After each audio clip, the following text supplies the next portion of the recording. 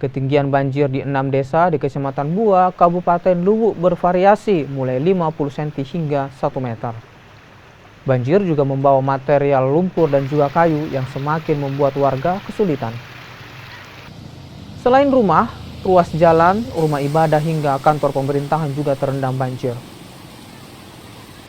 Banjir karena luapan air sungai, banjir juga diperparah dengan terjadinya pasang air laut.